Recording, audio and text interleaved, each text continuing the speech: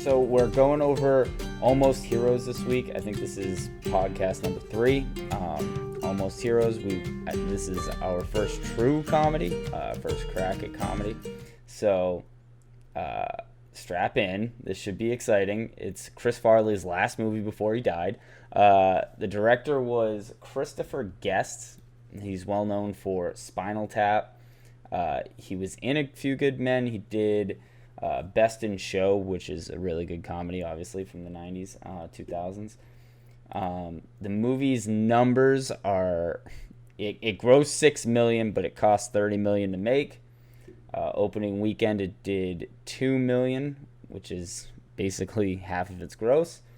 And it was rated PG-13, came out in 1998 May. So it was supposed to be a lot bigger than it was. All right, and with that note, Mike, you want to kick it off? You want to get going? Yeah. So what I wanted to do, I wanted to hop first right into the plot. Oh, what did you think of the plot? Plot was terrible. I mean, they were supposed to... The whole idea of the movie was that they were supposed to beat Lewis and Clark through their expedition to the Pacific. There's not a lot there to really work with, but I mean, we've seen movies like Into the Wilderness, and we've seen, Without a Paddle, where they've done the wilderness thing, or even Harold and Kumar have gone into the wild, and there's been comedy. There's been chances for comedy. I feel like they just... It was not lazy, but like it just wasn't well thought out before they went into production. No, I mean, I'll go. I'm gonna cut you off real quick because I think it's lazy, because not only did they do they have to beat Lewis and Clark across the United States to the Pacific, but they like spoofed every character. Like Sacagawea, they had like someone to replace them. They had someone to replace Lewis. They had someone to replace Clark. They had someone like all along the way, every character filled in the void that was on Lewis and Clark's expedition. So it was really lazy. They just copied the characters and made them more dumb. Yeah, I mean, the plot was like if you take the major plot points for major plot points, not terrible. But the idea of it is like, who the fuck greenlit this? I know. Like, I don't understand who greenlit this. Maybe the director's clout. He's like, no, I got this. I swear I got this. But like, at what point do you say, I don't got this? This is just a terrible fucking movie. Yeah. Like, even reading the script, it's like, how did you envision some of these jokes to hit? Because like, some of them were like, literally, it was just how can we mangle Chris Farley?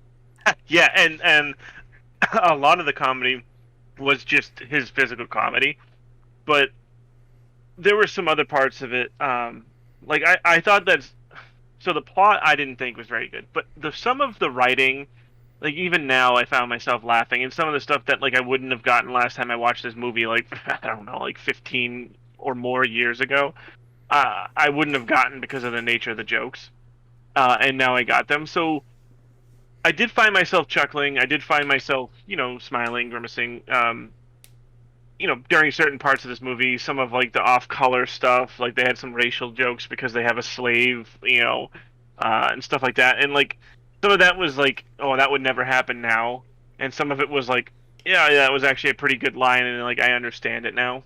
So I enjoyed some of that. I mean, I watched the movie. It took me like 4 times to watch this movie. I know. And I complained the entire time. And it was why are you doing this to me, Mike? Why are you doing this? I mean, this is the perfect movie for what we're trying to do, right? Like, does it hold up? And, I mean, watching it the third time, because the first time I watched it, I had to shut it off. I was like, this is terrible. And I ended up putting some action movie on. Second time I tried to pick up where I left off, and the third time I started from the beginning, and just the jokes didn't hit. Like I didn't even laugh until I didn't laugh at all, actually. I smiled, though, at the dentist scene. Yeah. Like, that was... I thought you said that was going to hurt. That was Farley humor. And then the eagle scene. At the end, when the eagle comes back, it was just so ludicrous That like and then he actually gets the egg, and then he cracks it open to make bacon and eggs. yeah, like I mean, but like stuff like that, like either go full ludicrous and asinine, or stay grounded and do dry humor. Don't do both. And they try to do too much of everything. Yeah. Like, well, and I think this is, and like to jump ahead a little bit, I think this is just bad casting, because Matthew Perry is great with like the quick, witty, sarcastic humor, and Chris Farley is great with like the physical comedy. Like, I'm gonna fall over this thing and it's gonna be so outrageous you're just gonna laugh. And I don't think that they did a good job bridging the two characters. no, I mean, you're right. Like, if you did best of both worlds there, you would have been good. But, like, they wrote Matthew Perry into the fucking ground. Like, he wasn't Chandler. Yeah, he was off. Yeah, if he was more Chandler, definitely. Like, because that's him. That's who he is. And like the best comparison I can make, because there were a few comedians in this movie. Like, it wasn't just those two. There was like Chris Farley. You had Matthew Perry. You know, you had Eugene Levy. There was a few different areas where they could have like Kevin Dunn. Yeah, dude, it was littered with comedians, and they didn't play to any of their strengths. Yeah, and it's funny because there was like the whole crew was literally just stand-up comedians, and they just like kind of like let them do their own things, and like at the end of the day, it was just a bunch of people doing their own things. You know what this movie reminds me a lot of too, and I wrote this down, was Tropic Thunder. This is Tropic Thunder. The bad version of Tropic Thunder? If Tropic Thunder wasn't funny. If Tropic Thunder wasn't funny, it is legit Tropic Thunder. Yeah, which is funny because like if you talk about the time that this movie was made, like the caliber of actors that they had in this movie is Tropic Thunder level, right? Dude, like 1998. It's almost a decade to the day too that they released Far Apart. Almost a decade to the day. So interesting. It's like it's a unique idea, right? Just like Tropic Thunder. Just going to throw these people off into the wilderness, see what happens. The difference was that Tropic Thunder played to Robert Downey like being a really good actor. Like, he's not a comedian, he's a really good actor. So let's make him a really good actor in the movie. Right. Let's literally have him play a character that's just the best actor in the world. Yeah, and Ben Stiller is a comedian. Let's give him all the stupid, corny, ridiculous things to say. Yeah, and let's make him the punchline of everything, right? Yeah, and then they hired, I can't even remember his name right now, the Sandusky, the kid that's in, like, This Is the End. Oh, yeah. Yeah, the girl next door or whatever. I don't remember his name. But, yeah, they make him the goofy, weird outcast who's kind of uneasy. Dude, that's... Jack Black, the drug addict. Yeah, Jack Black's the crazy Chris Farley guy. It's like, but they let them play those roles. Here, it's like, dude, you have Matthew Perry, who's arguably the biggest, like, offhand comedian in television and everything, like, maybe second to Seinfeld, right? Like, Seinfeld might have, however you want to look at it. He didn't make any funny offhand quips. Like, there was one, and it was about jumping off the cliff at the end, and I'm just like, bro, it's not even funny. It's not even hitting because you're just an idiot the entire movie. Like, I don't know. It just didn't hit. Yeah, it's true.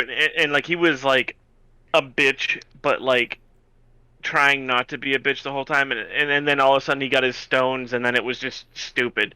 But I did like a couple things that I really did like about the plot. So like when they needed help to go back and get their crew back from Hidalgo, they found the Indians, and they're like, oh yes, I have a whole tribe of Indians. They're all like 90-year-olds. Yeah, I mean, but I thought that was really good. Like that was a good part of the movie, but didn't hinge on anything. It had no connection to the rest of the movie. I mean, I remember that specifically as, like, the biggest swing and miss, because, like, you have gold where, like, these old guys, like, the joke about them being younger, and they're, like, 2 years younger, it's like, okay. Yeah, he's like, he's the youngest one here. He's 72.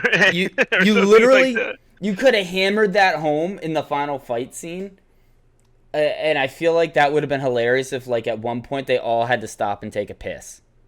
Because remember how he made them stop always to take a piss? That would have been fucking hilarious. And then he turns around and he's like, if anyone needs to go right now, Yeah. go, because I'm not stopping again. And then everyone gets up. Right? But, like, that's the Tommy Boy humor, and if we got more of Right. that throughout the entire fucking movie, it's like, okay, that makes sense for his character. And it's funny though because like that too. When I saw that scene, I was like, that could have been Mel Brooks. Like Mel Brooks could have written that because it's right in line with that type of humor. You know, like everyone get off the bus and go to the bathroom, and then it's like 17 people get off of a little cart. You know what I mean? Yeah, I mean, that Just funny. there would have been so many more. There was just a lot of missed opportunities. Even me, who's Yeah. not like a filmmaker, just someone who like has seen the work that the. I mean, we know basically the best of Matthew Perry and the best of Chris Farley because unfortunately Farley died after, and Perry's career kind of did the same. Yeah, Perry did a couple more things after this, like 17 again, and I think he did like the whole 9 yards and the whole 10 yards after this. Yeah, but I mean, Bruce Willis was better in those. Than Bruce he Willis was. carried those movies, but like I think he had a better role in those movies just because like he was the same scaredy cat dude, but he was like way more confident in those movies, and that allowed him to be more sarcastic. You know what I mean? Right. And this one here, he was just a whimpering fool literally the entire time. Right. And I want to bridge that like a lot of missed opportunities right into effects because they had a $30 million budget, which in 1998 might have been kind of big, but like for the star caliber that they had, I think $30 million is actually kind of low. Well, $30 million, the inflation is almost double. So think of it as like a $60 million movie today. I mean, a $60 million movie, but like we've reviewed movies that did a lot more with about the same. But I just think that the only effects that they really had were green screen during the eagle part. That's the only one that really stands out at me. Yeah. Because like when he falls out of the tree, that is physical. That's a stuntman falling out of the tree. You know.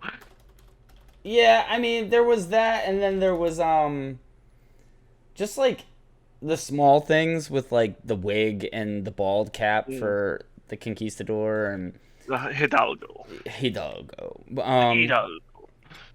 Yeah, Yeah. I mean, like Farley's tooth. Like, I mean, the Yeah. whole thing could have like the effects could have been better, but I mean, like you said, I'm nitpicking now. There really wasn't much. And the green screen, I don't think was supposed to look really good. So Yeah, and I think that's kind of like also a product of the time, right? Because when they were on the rapids, that was another time where they used green screen. It wasn't very good. It was just like a splashing puddle on a boat with like a shaky background. If you haven't seen the movie, just know that you're gonna know every time there's a green screen. You're gonna know. Yeah. It was terrible. Also, production budget for Tropic Thunder was $90 million, so kind of on par. Yeah, I mean you're talking like a decade later, so maybe it's like a double the budget movie.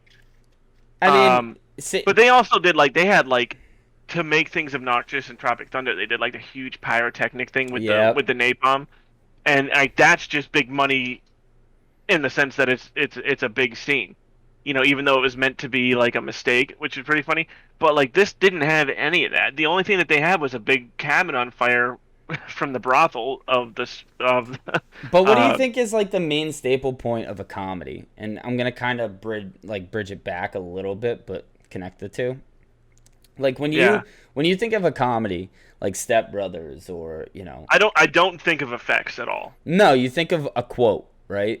Yeah, you think of the writing. It has to like, be writing. Tropic Thunder's like I'm a dude playing a dude who's disguised as another dude, or I guess I can't say some of the stuff, but like yeah. But you think of that or like Step Brothers, it's you want to go do karate in the garage or whatever. Yeah. You think of quotes. I couldn't name you a single quote from Almost Heroes. There is one quote in this movie that I have quoted ever since I first saw this movie because I think it's the most hilarious line almost ever. Go on. It's, hey, you got the leaky dong? No, I mean the delivery of all of it was so bad. Like I didn't. Yeah. I don't remember. I remember what that part came from, but I don't. Yeah. Like I would have never have remembered that unless you told me it was Almost Heroes. That part of dialogue was, and I think it's just Eugene Levy's genius, honestly, because he just like plays like the most obnoxious French person, but he's talking about like having issues down there, and he said, "Oh, you got a leaky dong," and he goes, "No, it leaks what it should. and Yep. does it when it shouldn't. And I just thought that was just like really, and that's like the only quote in this whole movie that actually stuck But with like, me. hear me out now. Now, if you don't make Matthew Perry such a fucking douchebag, and you let him quip off that, like, how many times has he handled that in Friends? Something where like, here's an awkward question. I'm It's gonna a dick joke. yeah, and then he just turns it back and just nails it, right? So like, Yeah. the plot was terrible. The writing was fucking abysmal. So many missed opportunities. And you know what?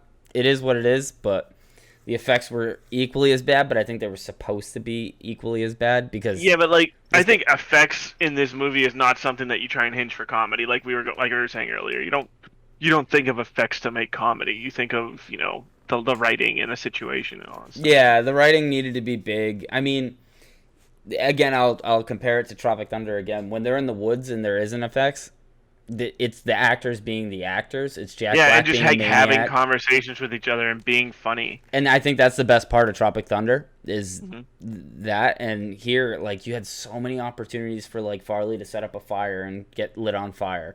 Would have been fucking hilarious. None of that. Yeah. But then, I guess now there's nowhere really left to go other than talking about the villain and how weak that was. Like, so you have two different villains, though, right?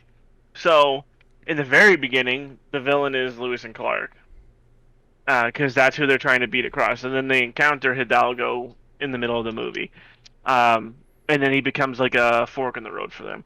So, the original villain of Lewis and Clark, I think, is dumb. You only see them twice during this whole movie, and both encounters are just obnoxious. Like, oh no, now we're a day and a half behind them, or something like that. And then at the very, very end, you see them too.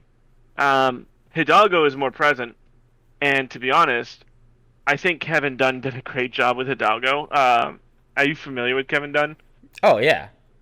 Yeah. So like the only other really place that he's prominent for me is when he's the dad in Toy Soldiers. Oh, I mean, he's done a lot more, but like okay. that's kind of like the same time too, right? Like all this stuff happened like right around the same time. And to see him like in these two different roles, because he looks so familiar to me, but I couldn't place him until I actually looked it up. I think he was comic relief, but I don't think it was necessary because I don't think I ever put him in a situation where he could be like a dramatic relief for comedy. Yeah. I don't know. I think Kevin Dunn is amazing, but I get that. Yeah, he was huge in Small Soldiers, and Small Soldiers. Sorry. I mean, I've seen him. I remember him on the Disney Channel a lot, so like I always thought he was funny.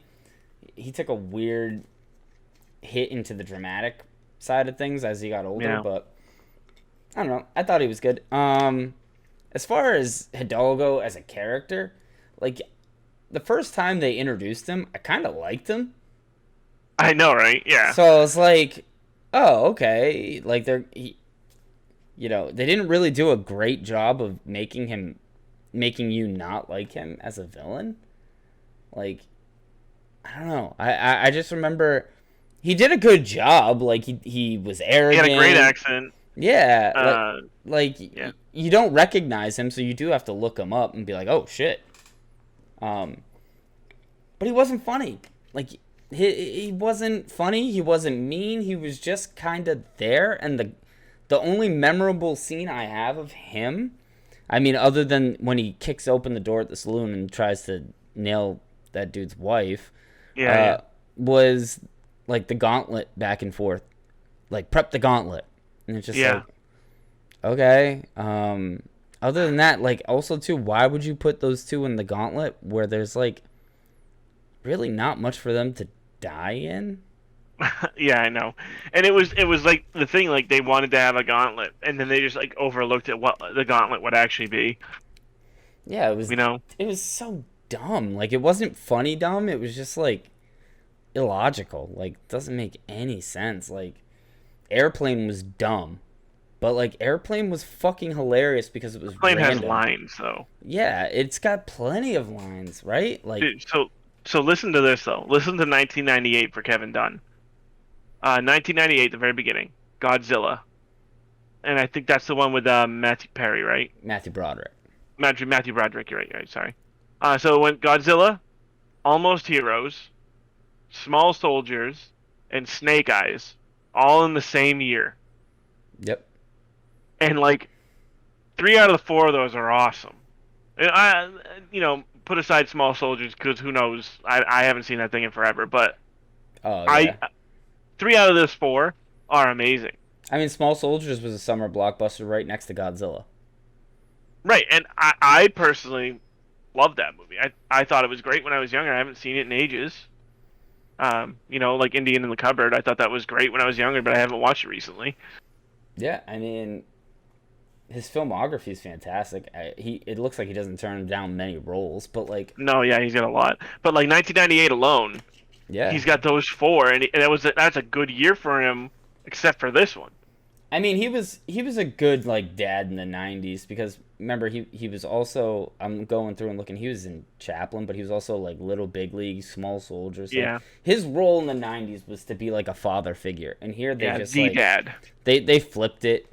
He wasn't bad, but like I don't know how or why they brought him in if they weren't going to leverage his comedy, which is like Yeah, being kind of a worrywart, right? yeah. Like, I mean, Hidalgo comes in like for 2 situations, and then the rest of the time it's his soldiers.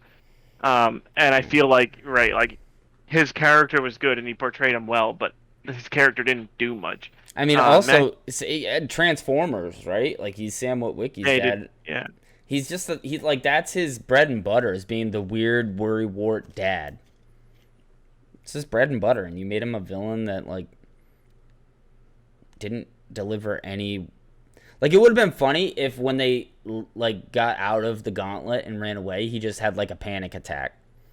yeah, Like play yeah, into that. Like I don't know. yeah. Like you said, this movie is just missed opportunities Left and right. Yeah, left and right. the villain was just a waste. But I mean, the rest of the cast wasn't so bad though. Like when you look at the cast, it's like they didn't skimp out. They I picked up a know. good cast. That Chris Farley, Matthew Perry. I mean, I don't know some of these people, but Barry Well, a Del lot of these people Sherman, Franklin are. Clover, I mean, Eugene Eugene Levy. Levy. I feel like Eugene Levy himself kind of saved a lot of the movie. Um, but even then, But there yeah, wasn't a lot of movie to save. and Eugene Levy's bread and butter is dry humor, and they and his voice, his natural voice. Like Yeah, American Pie is perfect. Like that. exactly what I was gonna say. American Pie works because of Eugene Levy. I mean, Like, if you look at American Pie and see what he did with Schitt's Creek with it, it's yeah, like the same exact character, and it's great. that's like his bread and butter is let him just be him. Like he just didn't fit this. Like you should have found someone else to do this, and you should have made Eugene Levy either like One of the the crew members. priest or the priest or the old guy. Like make Eugene Levy old and let him use his voice because like the old guy sucked. Every time Yeah. he spoke, I was just like, "Shut the fuck up." Yeah, I know. Or And he's like the guy that's talking into the other guy's ear. yeah, I mean that would have been funny as Eugene Levy too. But I Yeah. think Eugene Levy as the priest would have been dynamite. Like reading the guy's last rites, and he's like, "I'm not dead yet." Like, and then allow him a little bit of like, give him a quip to say, right Yeah. there. Like I feel like Eugene Just Levy like would have killed that. dry. Just like super dry, like, oh, okay. And just walks away or something like that, you know? Yeah, I mean, the only issue I have with the cast I love. Like I feel like you could have done an In the Woods movie with this cast. I think you have everyone out of order.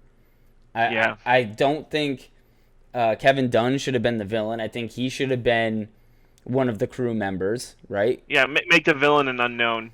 I think the villain should have been whoever, right? And then let Farley be Farley. The dude's fucking hilarious. You could put him in. They put him in Congress, and he was hilarious. You know, like the most unfunny place in the world is politics, and he had them all in stitches, left and Yeah. right. Like, let Yeah. him just be him. Make Matthew Perry more of a like logical person, just chasing ambition, and let him be. Don't even give him lines. Just let him be him. Yeah, exactly. Let him just be Rolla. And then and then make Eugene Levy the priest, and let him just chime in from time to time with his, religious ambitions, and Yeah. the fucking, who would have? I keep thinking about, like, Salma Hayek would have crushed the Pocahontas Sacagawea type character. Yeah, and I think, because no, I think you're right there, because they could have used someone in that role that was a little more extra too. But I also wanted to kind of bring it back a little bit. So we're talking about Chris Farley died before this movie even premiered. So after production, but before it premiered. And Matthew Perry was a raging alcoholic. So the two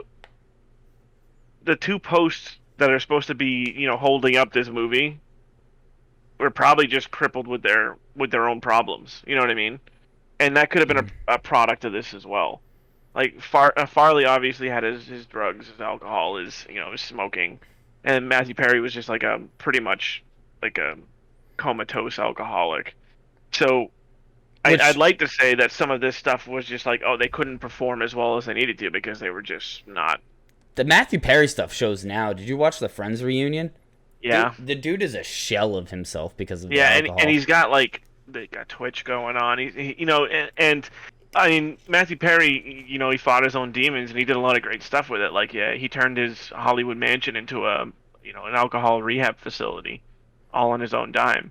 So he's done a lot of good stuff with it now. But like, you're talking 1998 when he was big. Like, that's part of the time that he was having issues, and how much of this movie can be blamed on him and Farley battling their own demons. You know what I mean? Yeah, I mean, I don't know. I still think at some point you have to kind of, I don't know. I feel like he crushed it on Friends battling his demons. He crushed it. Well, didn't crush it, but like he was good in the whole 9 yards. I mean, actually, let's take a look. Let's see what Matthew Perry did after this. I just feel like the writing wasn't there for Matthew Perry, and therefore you didn't get Matthew Perry. Like you got, might be right. You got some sort of terrible fucking shell of himself. I mean, right after, yeah, he did the whole 9 yards. 2 years later, he did Fools Rush In right before. So it's not like he wasn't doing big movies. He was still doing stuff. He just when did Friends end? Like 2004. So he was still hype Friends. Like it's not like he wasn't motivated to work. Yeah, but they also said like during Friends he was battling his alcohol. So I also think like I don't think the demons was the problem, even though I'm sure it played a role. I think this movie was just fucking terrible. I think it was so terribly written, and like I don't know. Yeah. It was just like I just don't think there was much there. Like Farley's bread and butter is throw me through a wall and let me do physical fucking shit. And that really only happened didn't. 3 times during this movie. Yeah, at most. I mean, depending how you look at it, and 2 of which were with the fucking bird. So it's like, yeah. Which the bird could have been cool, but then I went to YouTube because I was like, man, am I being overly critical? Like, am I being a douchebag? People love this movie still, and they're like, the bird scene's the greatest or the eagle scene is the greatest scene in all of cinema, and I'm like, I just don't see it. Like, these people, I don't know. If you liked it, great, but like, I would even put anything in this movie top anything other than disaster, like Trainwreck. Like, this was just a train wreck. Yeah. And no, I agree. Like, again, I really do think if Tropic Thunder was bad, this is Tropic Thunder. If Tropic Thunder was a terrible movie, this is what Tropic Thunder would be. Nah, I agree with you. I mean, that writes me right into my score. So I agree with you on every step of this. I think that the plot is paper thin. The effects are non-existent. The cast is, on paper, an excellent cast. And the villain is laughable. So, I mean, it really only hit on one category. And even then, not all the way for me. So I gave it a 20 out of 100. Okay. Well, for me, it was just like, I don't know. like I said, it took me like 4 or 5 watches to get through, to the point where like I hated it so much I had to go rewatch it. I saw it as a kid. I liked it as a kid, but maybe I'm starting to think that I really liked it because I loved Chris Farley. Yeah, and I used to rent it monthly because I think I enjoyed the physical comedy of Chris Farley. Yeah, I liked Chris Farley a lot, but I was always more of a Tommy Boy and American or Black Beverly Sheep. Hills Ninja. Oh, Beverly Hills Ninja was my shit. Yeah. I loved it. Yeah, so I loved Farley. I loved Matthew Perry. I didn't really understand who Eugene Levy was until I was a teenager. But like I liked the actors in it, so maybe that's why I liked it. I fucking hated it as an adult. I don't like a single moment of it. Other than I think they did a good job assembling the Avengers, and then they biffed it. So I gave it a 15. I thought it was terrible. Sounds like we were kind of in the same ballpark. Effects, whatever. Combined, I mean, that gives us a 17 out of 100. I think neither of us really enjoy it as adults. I think both of us really liked it as kids. I liked it for Chris Farley. It sounds like you liked the jokes and also Chris Farley. But, you know, growing up, it's not ideal. It didn't age well. Yeah, it aged like milk. So, I mean, it is what it is. But the question is, does it hold up? No. Survey says fuck no. Survey says no.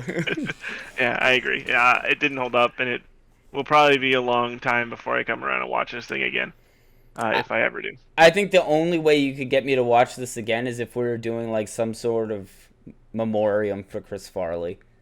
Like, here's the best and worst. Like, I would rather watch his best of SNL DVD. Oh yeah. A million times than ever watch this again. Like, well, next year's is 25. So, great. So next year is probably when I'm gonna have to spend the $3 to rent this shit again. But is what it is. All right. Let us know in the comment section below if you agree with us. If you don't agree, let us know too. If you're one of the ones who thinks that the Eagles scene was the greatest scene in cinema, then by all means let us know, and who knows, maybe we'll write back. This is the end of episode 3, and then episode 4 will be Titanic. So definitely stay tuned and check it out. All right. Have a good one. Bye.